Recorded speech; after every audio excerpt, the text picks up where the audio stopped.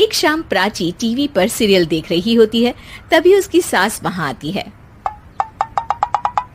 अरे सीरियल में तो ऐसे मग्न है जैसे आज रात का खाना पड़ोसी आकर बनाएंगे। मुझे पता ही नहीं था आपने अपने बेटे की शादी पड़ोस में भी की हुई है। हैं? मतलब? मतलब इस घर में सारा काम बहू ही करती है, आप तो सिर्फ खर्राटे मारती हैं। अच्छा जी, फिलहाल तो तुम आराम फरमा रही हो, चलो जाओ, ये मेरे टीवी देखने का समय है। आहा, इसीलिए मुझे भगाया जा रहा है। सॉरी, अब तो बिल्कुल नहीं जाऊंगी। प्राची की इस बात पर दोनों सास बहू के बीच टीवी रिमोट के पीछे बच्चों जैसे छीना झपटी शुरू हो जाती है, जिसके बीच श्लोक भी काम से घर वापस आ जाता है। आज मेरी चूहे बिल्ली की जोड़ी किस बात पर झगड़ रही है? अरे तेरे बीवी मुझे टीवी ही नहीं देखने दे रही। अरे तुम्हारी मम्मी मुझे खाना बनाने के लिए फोर्स कर रही है। अरे वाह, ऐसे बेतुके रीजन पर तो बच्चे भी झगड़ा नहीं करते। अरे मुझे कुछ मत बोल, सब इसने ही शुरू किया है। हाँ हाँ, जैसे आप तो बहुत दूध की धूली है ना। अरे बस, दोनों चुप। प्राची जाओ, खाने की तैयारी करो। और माँ तुम छोड़ो, तुम्हें क्या बोलूं, शांति से अपना सीरियल देखो, मुझे दोबारा लड़ने की आवाज सुनाई नहीं देनी चाहिए। ऐसा बोलकर श्लोक वहां से चला जाता है, जिसके पीछे पीछे प्राची भी कुछ न कुछ बड़बड़ाते हुए रसोई में चली जाती है। हाँ हाँ, सासू जी को तो कुछ बोलेंगे ही नहीं, बस मुझ पर ही हुक्म चलता है, खाना बनाओ, जैसे मैं इनके घर में खाना बनाने के लिए आई हूँ।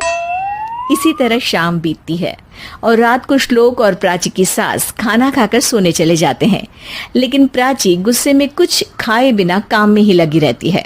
इस घर में किसी को घंटा फिक्र नहीं पड़ता, मैं खाऊं या भूखी रहूं। प्राची कुछ देर के लिए रसोई से बाहर जाती है और जैसे ही वापस आती है तो वहां दूध का भरा ग्लास देखकर हैरान रह जाती है। फिक्र पूरी है, बस दिखाना नहीं है। प्राची दूध पीकर सोने चली जाती है और अगली सुबह एक बार फिर सास बहू का कार्टून नेटवर्क स्टार्ट हो जाता है। ये तुमने ही किया है। अरे अजीब जबरदस्ती है, मैं बोल रही हूँ मैंने कुछ नहीं किया। दोनों ने मिलकर पूरे घर को पागल खाना बनाया हुआ है।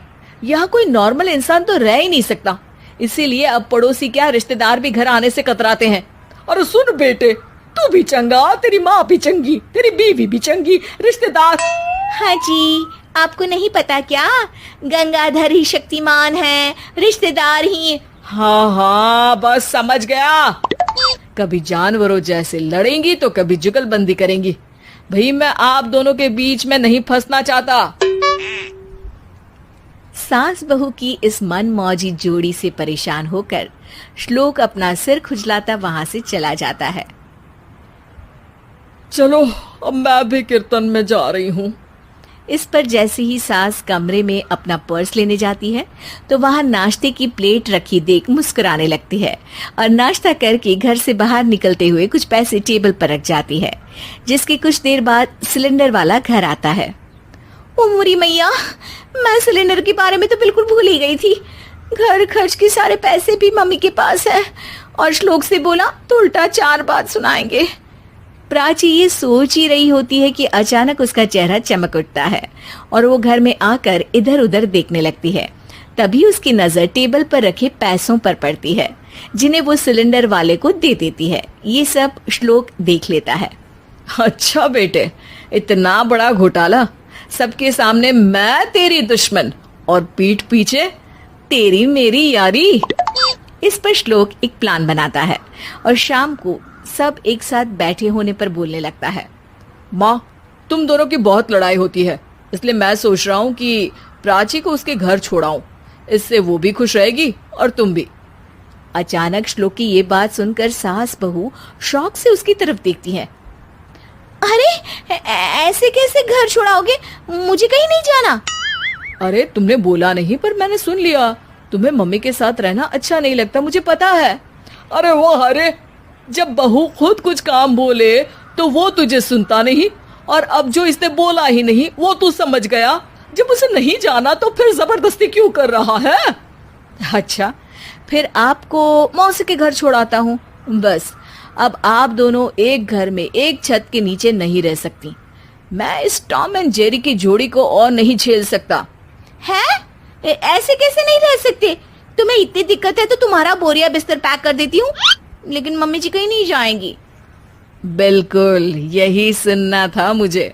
अगर दोनों में इतना ही प्यार है फिर हर वक्त ये लड़ाई का नाटक क्यों करती हो?